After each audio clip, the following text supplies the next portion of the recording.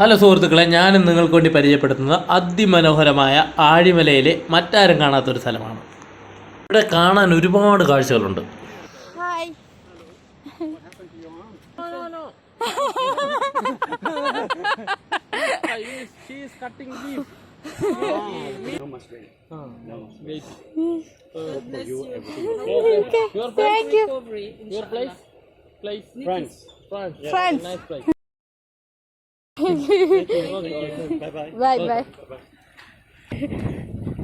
പോകുന്ന വഴിയിൽ കണ്ടുമുട്ടിയതാണ് കേട്ടോ അവരെ.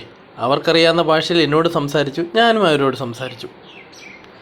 ഈ കാണുന്നത് വിഴിഞ്ഞം ഹാർബറിന് ബാക്ക് സൈഡാണ് കേട്ടോ. ഇവിടെ നിന്ന് കഴിച്ചാൽ നമുക്കെല്ലാം അത് അത്യാവശ്യം അടുത്ത് കാണാൻ കഴിയും.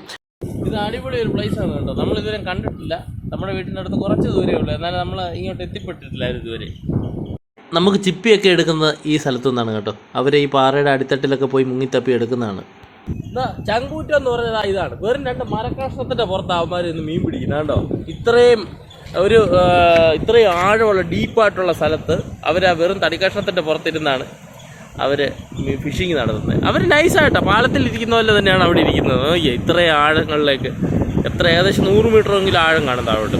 അവർ അത്രയും ലാഘവത്തോടെ ഇരുന്ന് മീൻ പിടിക്കുക. കാണാൻ നല്ല ഭംഗിയുള്ള പാറക്കൂട്ടങ്ങളൊക്കെ ആണെങ്കിലും ഇത് ഡേഞ്ചർ സോണാണ്.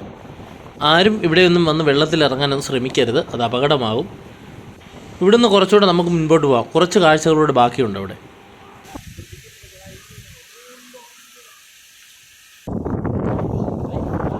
ഇത്രയും ആഴം കൂടിയ സ്ഥലമായതുകൊണ്ടാണ് വിഴിഞ്ഞം പോർട്ടിനെ ഇവിടെ തന്നെ സെലക്ട് ചെയ്തത്.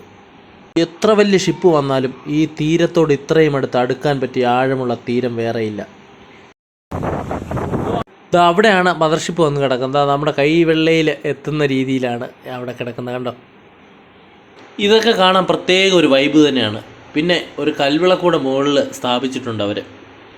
ഒരു വിശ്വാസത്തിൻ്റെ പുറത്ത് സംരക്ഷണമായിട്ട് സ്ഥാപിച്ചിരിക്കുന്നതാണത്. ഇത് ആഴിമല ക്ഷേത്രത്തിൻ്റെ ബാക്ക് സൈഡാണ്. ഏകദേശം കുറേയൊക്കെ കാണാൻ പറ്റും. ഏകദേശമൊക്കെ നമുക്കത് കാണാൻ പറ്റും. നല്ല മഴ പെയ്യുന്നുണ്ട്, അതുകൊണ്ട് നമ്മൾ തൽക്കാലം തിരിച്ചു പോവുകയാണ്.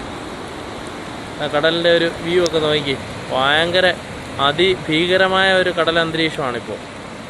അതിതീവ്രമായ ഒരു അത്രയും അപകടം നിറഞ്ഞൊരു സ്ഥലമാണ്. അപ്പോൾ ഇതിവിടെ ആരും ഇറങ്ങരുതെന്നാണ് കർശനമായ നിർദ്ദേശമുണ്ട്. വെള്ളത്തിലേക്ക് ആരും ഇറങ്ങില്ല, കരയിൽ നിന്നൊക്കെ കാണാൻ പറ്റും. വെള്ളത്തിൽ നിന്ന് ആരും ഇറങ്ങാൻ പാടില്ല.